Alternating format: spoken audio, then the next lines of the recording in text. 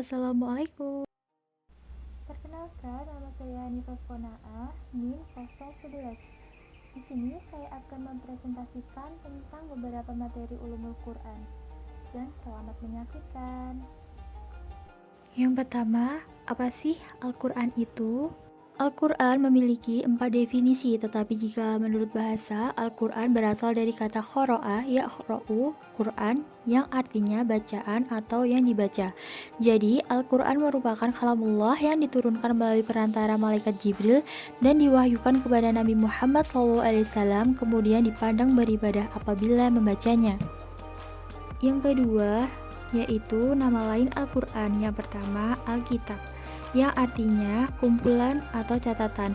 Al-Quran berisi berbagai persoalan kehidupan, baik itu kehidupan dulu, kini, maupun masa yang akan datang, baik itu yang gaib maupun yang nyata, dan yang kecil maupun yang besar. Al-Quran adalah roh karena ia menghidupkan hati yang tandus, hampa, gersang, bahkan telah mati sekalipun. Yang kedua yaitu Al-Quran adalah asyifa, yang artinya obat. Al-Quran bukan sembarang obat. Di dalam surat Yunus ayat 57 dijelaskan sebagai berikut. Yang ketiga, Al-Quran adalah Al-Furqan, artinya pembeda antara yang hak dan batil. Di dalam Al-Quran sudah dijelaskan dalam surat Al-Furqan ayat 1 sebagai berikut. Yang keempat, Al-Quran juga disebut dengan Az-Zikir, artinya pemberi peringatan.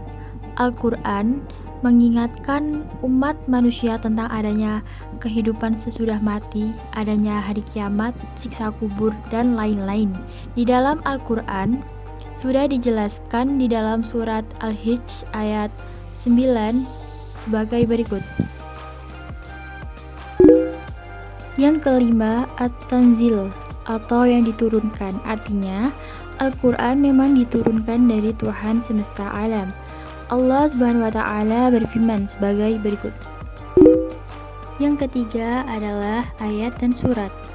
Banyak yang mengira bahwa jumlah ayat Al-Quran itu ada 6.666 ayat.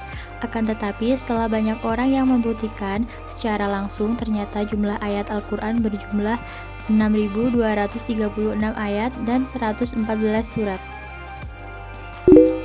Surat-surat dikelompokkan menjadi dua, yaitu Makkiyah dan Madaniyah. Makkiyah itu surat atau ayat yang diturunkan sebelum Rasulullah SAW hijrah ke Madinah, sedangkan Madaniyah surat atau ayat yang diturunkan setelah hijrah ke Madinah. Sedangkan ciri-ciri surat Makkiyah, pada umumnya ayat-ayatnya pendek, berisi pembekalan akidah, melalui ajakan beribadah kepada Allah saja, seruan beriman kepada risalah Rasulullah SAW, kepada hari akhir, dan sebagainya. Sedangkan surah Madaniyah, yaitu dengan ciri-ciri ayatnya panjang, ada yang berbicara tentang hukum-hukum sosial ahli kitab, orang-orang munafik, dan lain sebagainya. Yang keempat, Al-Quran sebagai mukjizat. Mukjizat sendiri berasal dari kata ijaz, artinya melemahkan. Melemahkan atau kelemahan menurut arti umum adalah ketidakmampuan mengerjakan sesuatu atau lawan dari qudrah, potensi, power, kemampuan. Al-Quran memiliki 4 wujud mukjizat sebagai berikut.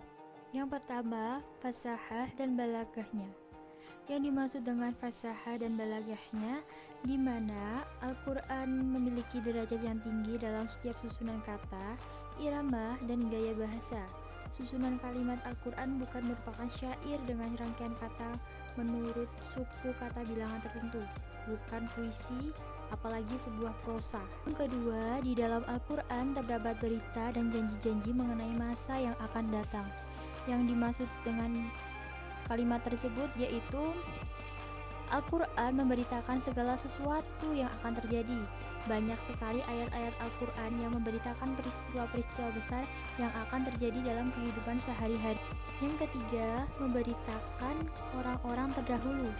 Yang dimaksud dengan kalimat tersebut yakni Al-Quran juga banyak menceritakan berita tentang masa lalu, seperti berita tentang Tasmud, kaum Lut, dan lain sebagainya. Semua berita di dalam Al-Quran merupakan berketetapan dengan kenyataan dan kebenaran, dan seluruh ahli sejarah mengakuinya.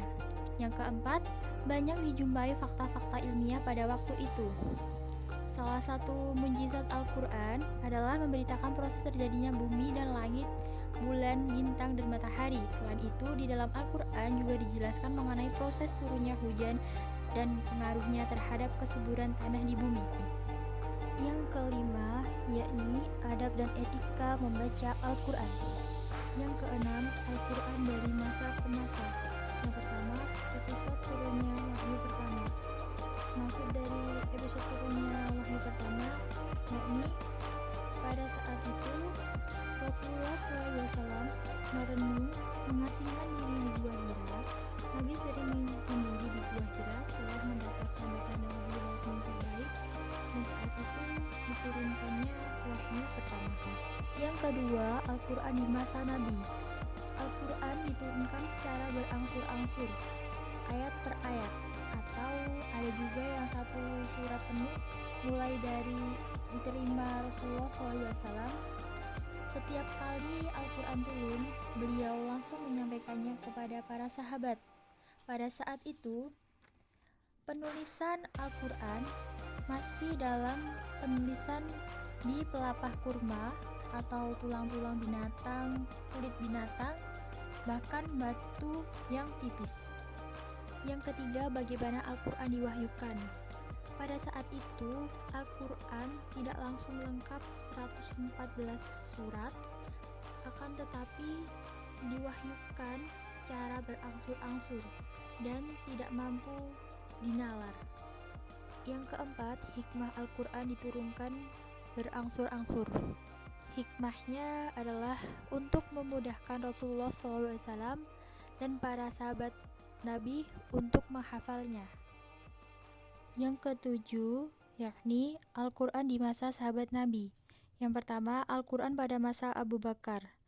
Pada masa Abu Bakar dan Umar, Al-Quran diturunkan secara berangsur-angsur, hari demi hari, tetapi tidak tertulis pada kertas, apalagi terkumpul dalam satu mushaf yang dicetak. Abu Bakar memerintahkan kepada Zaid untuk mencari dan mengumpulkan Al-Quran. Hari-hari berlalu dan seluruh Al-Quran telah ditulis oleh Zaid bin Sabit dalam lembaran-lembaran, lalu diikatnya dengan benang, tersusun menurut urutan ayatnya sebagaimana yang telah ditetapkan oleh Rasulullah SAW. Kemudian Zaid menyerahkan kepada Abu Bakar. Yang kedua, Al-Quran pada masa Utsman. Pada masa Utsman terjadi perbedaan cara baca Al-Quran sesuai dialek bangsa Arab dan mushaf-mushaf yang berada di tangan para sahabat. Perbedaan ini memicu pertentangan dan nyaris pertikaian. Al-Quran setelah Khalifah Utsman, pada mulanya Al-Quran ditulis tanpa titik dan baris. Sekian penjelasan tentang beberapa materi ulumul Quran ini, semoga dapat bermanfaat.